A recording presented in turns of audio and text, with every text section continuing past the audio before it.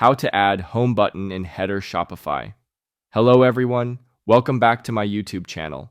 In this video, we will see how to add a home button in the header on Shopify.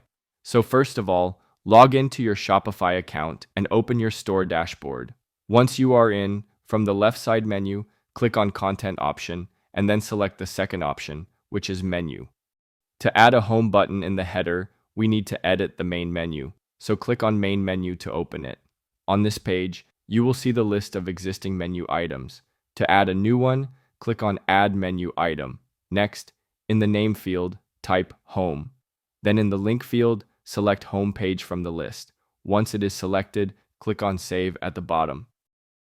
Now let's go back to the store, refresh the web page to see the changes. You will see the Home button is showing in the header menu.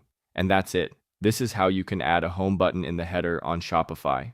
If you find this video helpful, subscribe to our YouTube channel, and thank you for watching.